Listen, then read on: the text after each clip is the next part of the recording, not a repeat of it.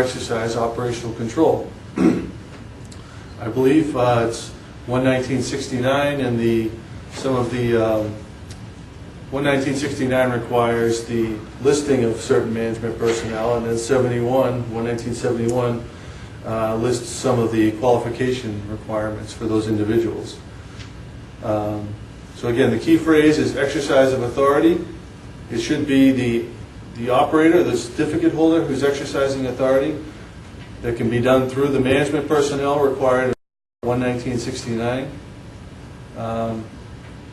And we've seen problems when somebody else besides the air carrier is authorizing flights. And as you'll hear later today from Alan, we've got the Darby Platinum case, which a lot of people are probably familiar with. American Air Network and the Aero leasing cases.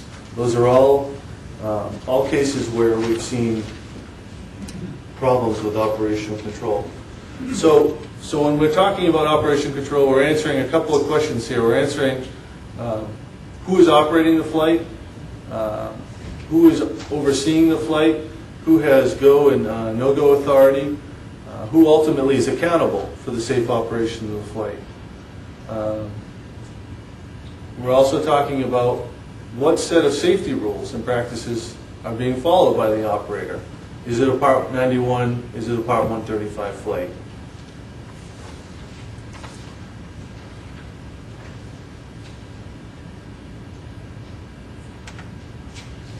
Okay, Joe has this great example of a 16-year-old driving a car. Well, I don't have a 16-year-old, so I use a different example, although this is a very good one.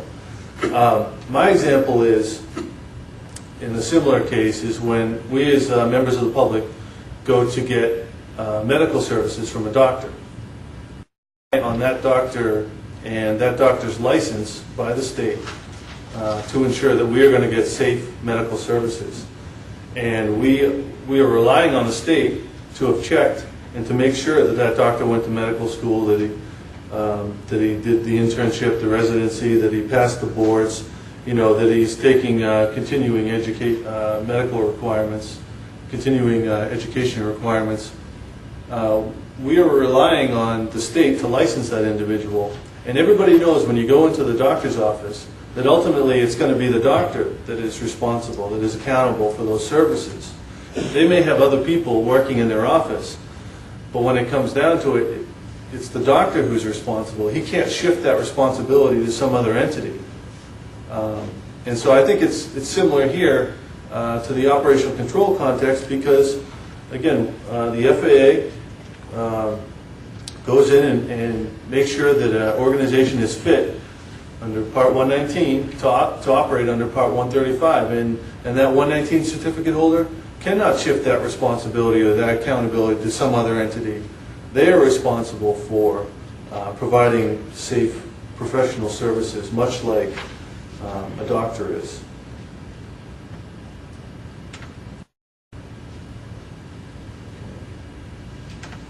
Skip ahead. So when we have somebody else besides the certificate holder exercising operational control, it really undermines the safety purposes of both 119 and 135. And as we all know, the safety purpose of 119 is really, it's a fitness determination. The FAA goes in and examines the organization to make sure they are fit. They are fit to operate Compra-Hire flights. And the public trusts us to make that fitness determination. And it undermines the safety purpose of 135. If we have someone other than an air carrier who's exercising operational control, they don't have a 119 certificate, they may not even know what the 135 rules are. And in fact, in some of the analysis that Kent has done, not only are these individuals not complying with Part 135 rules, they may not even be complying with Part 91 rules. So we have a lot of concerns with someone else besides the air carrier exercising operational control. And what we're going to do now is we're going to go over some of the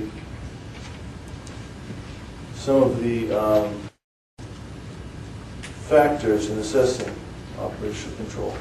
But before I do that, just want to go over basically 3 areas where we've seen some problems, and Alan will really get into some of these areas later today. One is where operational control is surrendered to a third party.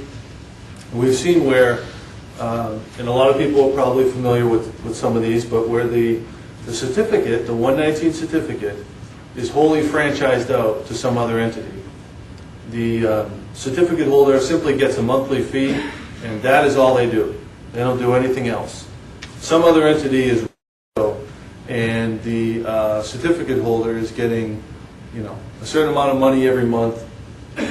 The certificate holder doesn't have custody of the aircraft.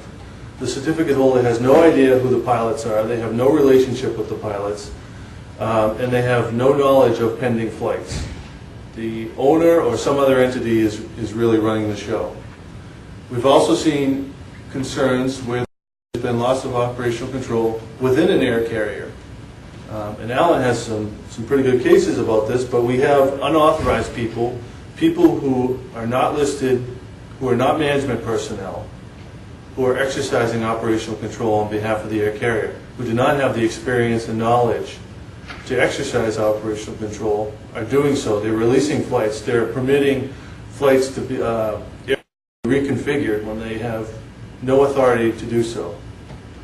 And again, the third area is where we have aircraft owners on board of an aircraft, and we've seen a lot of concern where we don't know who is operating the aircraft. Is it the owner that has operational control?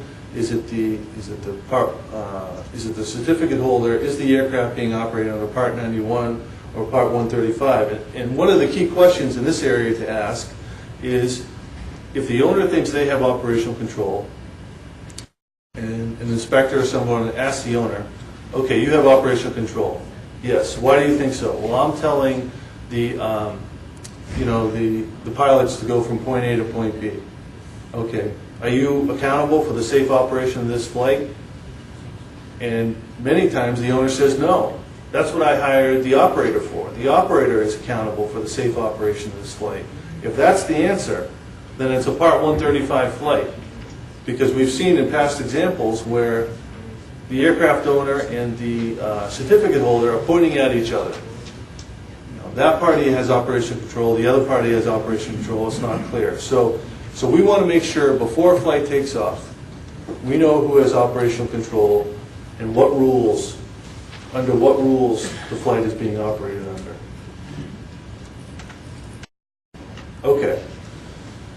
So we've talked about what we mean by operational control, and again, it's the air carrier's responsibilities. Now we're going to go over several factors that you're going to see in the op specs. And when we talk about potential red flags, we're talking about areas where we've seen problems in the past. And so when we talk about DBAs, we're going to talk about what are good practices, what are suspicious practices, what are practices that we think requires additional questions. And for most of these factors here, we're not saying that any one in particular necessarily means that there is loss of operational control. What we're saying is, if you see some suspicious activity in one of these factors, we'd like you to ask more questions. The one exception is under wet leases, where actually wet leases are prohibited in the rules, but we will get into that a little bit later. So we're going to go over DBAs, and again, you'll see a section in the op specs on DBAs. The relationship between the air carrier and the crew, you will see a paragraph on that. Possession or custody of an aircraft, you'll see a paragraph on that in the op specs. And then we're going to get into indemnification clauses that we've seen in some contracts. And again, as Ken said, we're not trying to turn inspectors into lawyers or lawyers into inspectors, but I just want to give you some examples of some indemnification clauses where it's clear that a certificate holder is trying to shed accountability, trying to move accountability to somebody else, where an aircraft owner is willing to take accountability for Part 135 flights. The operational portion, they're willing to take accountability, which is crazy. Why would an owner ever take that added responsibility when it's the certificate holder who's the expert? It was the certificate holder that was that they contract with to operate the flights. Okay, so one of the first factors that we're going to talk about are DBAs, doing business as. Now, DBAs are simply fictitious names. And the FAA understands that there are many legitimate uses of DBAs for marketing purposes, for business purposes. You know, if you have an organization that has a certain name, maybe you want to communicate to the public that you provide a service. So if you have, if you're Safe Flying Inc., maybe you want to be known as Safe Flying Services. We understand. You may want a DBA in that situation. However, there are some instances where DBAs can cause concern, and we are going to ask inspectors to ask more questions for certain types of DBAs. And we've seen this in the past, where there are problems with certain types of DBAs, not all DBAs, but certain types of DBAs. So again, the traditional use of a DBA is a nickname. Some other name that the organization wants to be known as, either for marketing purposes or business purposes. You know, for marketing purposes, I think one carrier's name is Rambo Airlines or something like that, and maybe they want to be known as Scenic Air Tours. So there are definitely legitimate uses for DBAs, and we're not saying that all DBAs need to go away, but we are saying that certain types of DBAs need to be looked at a little bit closer. And one of those areas is where the DBA is actually the aircraft owner's name. It's the organization, the company of the aircraft owner. And we've seen in the past where if the operator has a DBA that is the aircraft owner's name, the aircraft owner can get confused and think, well, maybe I can operate these aircraft because I'm a DBA. I'm a DBA of this operator, so I have some type of relationship with them, so I can take operational control. And we've seen it in the past, and Alan will talk about a couple of examples where we've had multiple DBAs, maybe 10 DBAs for one operator, and every single DBA was the name of an aircraft owner, and all of those owners were operating the aircraft on their own. So we're not saying necessarily that DBA is dispositive, or that, yes, definitely operational control is lost if they have certain DBAs, but we're just asking you to ask more questions if you see an aircraft owner's name. Another area where we have concern is where the DBA is the name of another corporate entity, of an LLC or someone that's incorporated. Because really the purpose of a DBA is to represent your own company to other individuals, okay, to the public. If you have a DBA that is the name of another company, then that creates confusion. I mean, that is one of the areas where we see potentially an attempt to shift accountability or liability. Because you have company A that's the operator, you have another company who is incorporated as their own business, and the operator is taking the name of that other company. Well, why would they want to do that? And it can create confusion between those two companies as to who has operational control. So the two areas that we're going to ask inspectors to look at in the area of DBAs is where there is a DBA that is the aircraft owner's name, and if you see a DBA that has an LLC or an Inc. or is the name of some other company.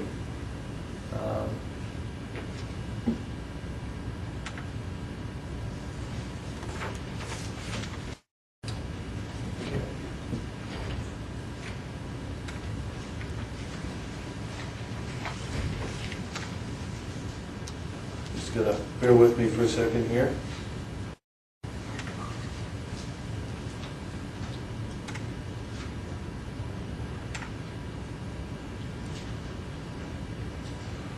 Okay, so we've talked about what we mean by operational control. air carrier's responsibilities. We've talked about DBAs and where we think there are concerns with DBAs in certain cases.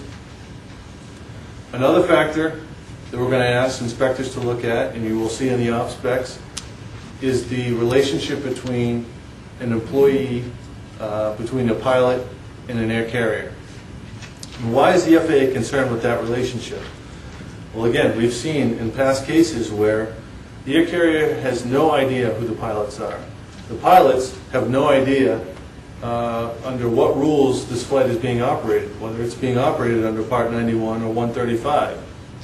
And if you look under Part 135, there are specific requirements that the operator has a relationship with these pilots. After all, the pilots are operating the aircraft on behalf of the operator. They should at least know each other. I mean, they should. It's amazing when you have an operator who doesn't even know who the pilots are. So we focused on this relationship, and what we've come up with is basically 3 categories of employment relationships here, 2 of which we're going to be okay with, 1 of which we have real concerns.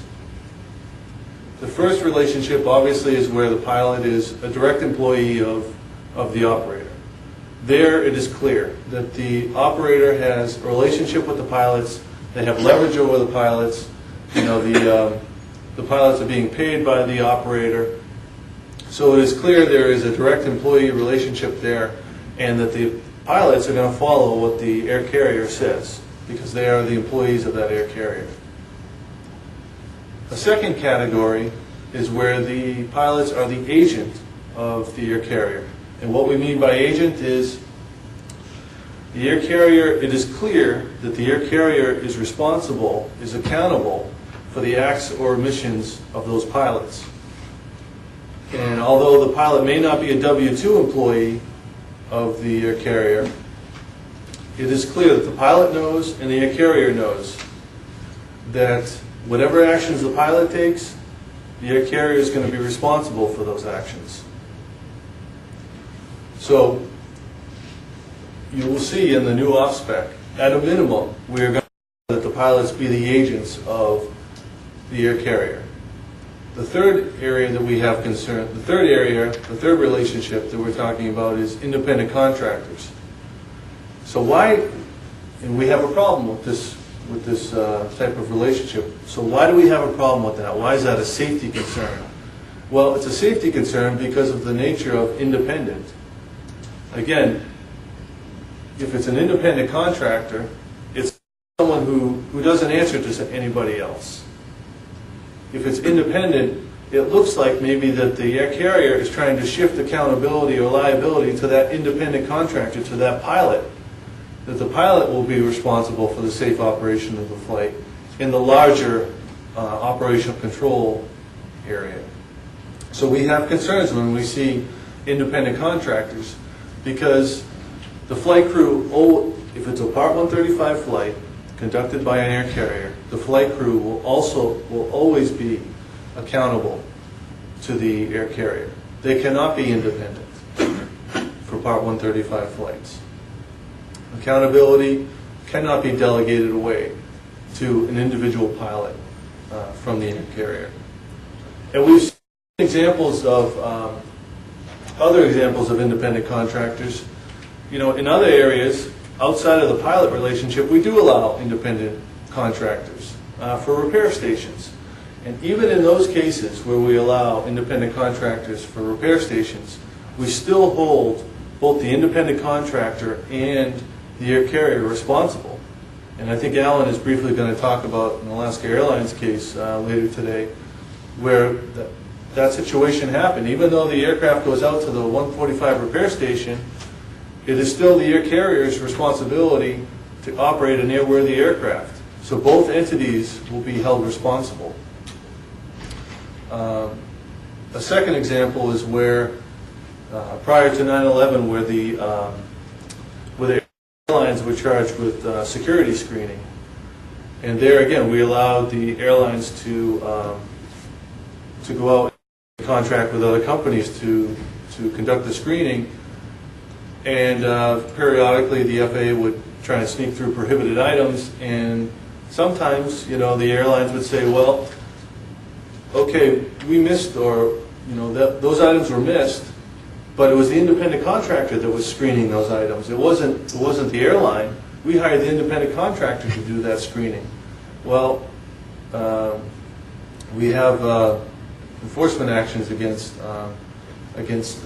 air carriers for missing those, for not completing their screening duties, because it was even though they could independently contract with other screening companies, it ultimately was the airline's responsibility to conduct those that screening. So the concern here is the attempt to shift liability. So if the pilots are the employees of the air carrier or the agents of the air carrier, we're not going to have a concern. If we see the term independent contractor, we're going to ask inspectors to ask more questions, because it looks like accountability someone may be trying to shift accountability to the pilots.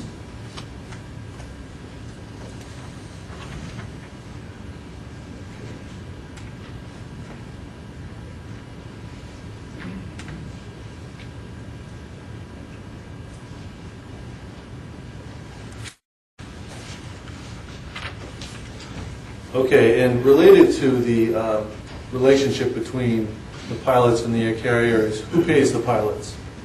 Well, we've had a lot of discussions about this, and some people say, well, if the air carrier pays the pilots, then then there isn't an operational control problem. If the air carrier doesn't pay the pilots, then there is an operational control problem.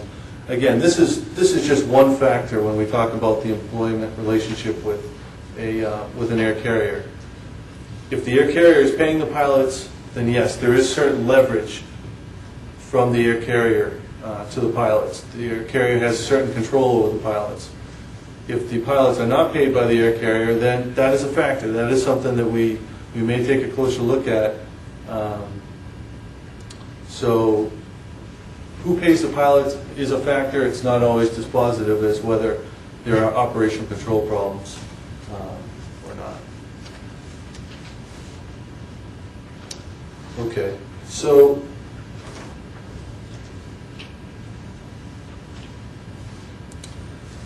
now we're going to get into, we've talked about operational control, we've talked about DBAs and the relationship between an air carrier and its pilots. This brings us to a discussion of wet leases. Before we get into wet leases, we should go over, I guess, what a lease is. And a lease is simply a contract that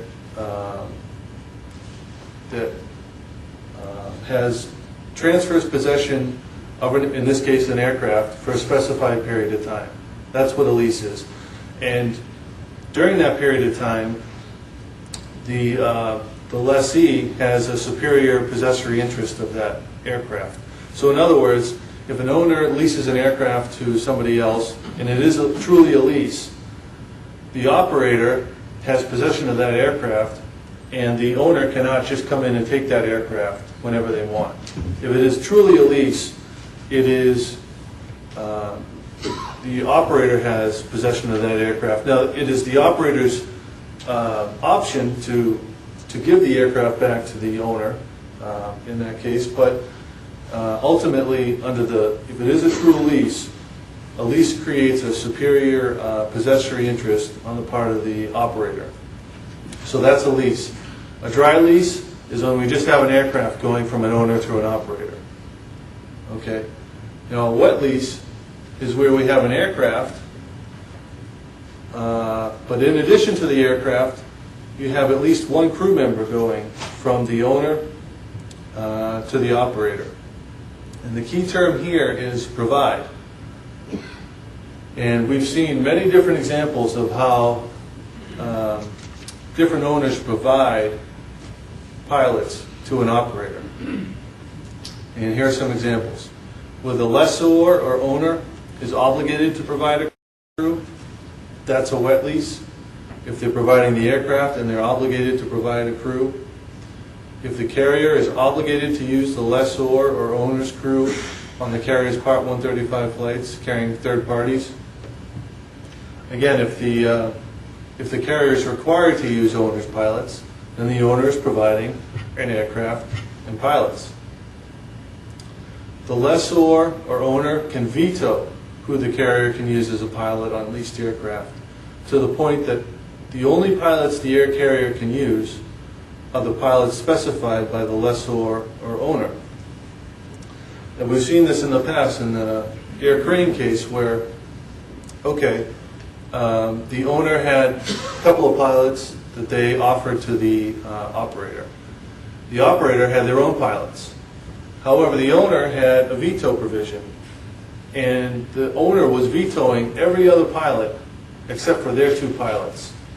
So in essence, you had a wet lease because the operator had no option. They had to use the owner's pilots.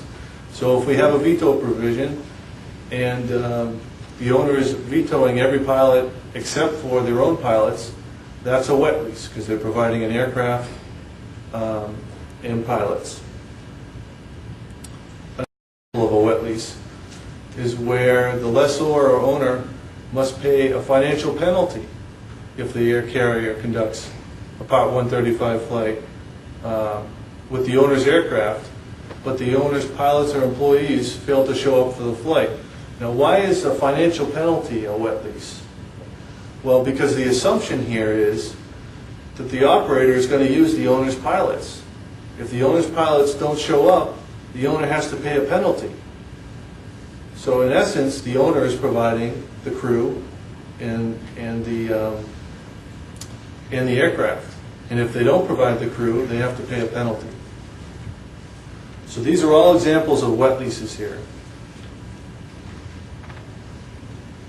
And I just want to make the point that we look at leases and we look at dry leases and wet leases, but there are many other different types of custody agreements out there. So to the extent we see something else that's not a lease, but it looks like a wet lease, for instance, it's called a management agreement, but the owner is still providing an aircraft and a crew. It's not a lease because it doesn't fit within that definition of a lease. We still may have operational control concerns, even though it's not specifically a lease or a wet lease. So if you see a management agreement where there's a crew and aircraft going to an operator, we will still have concerns. Okay, so this just goes over the definition of a lease and a wet lease, the legal possession of an aircraft, where the crew member is transferred to an operator for a specified period of time.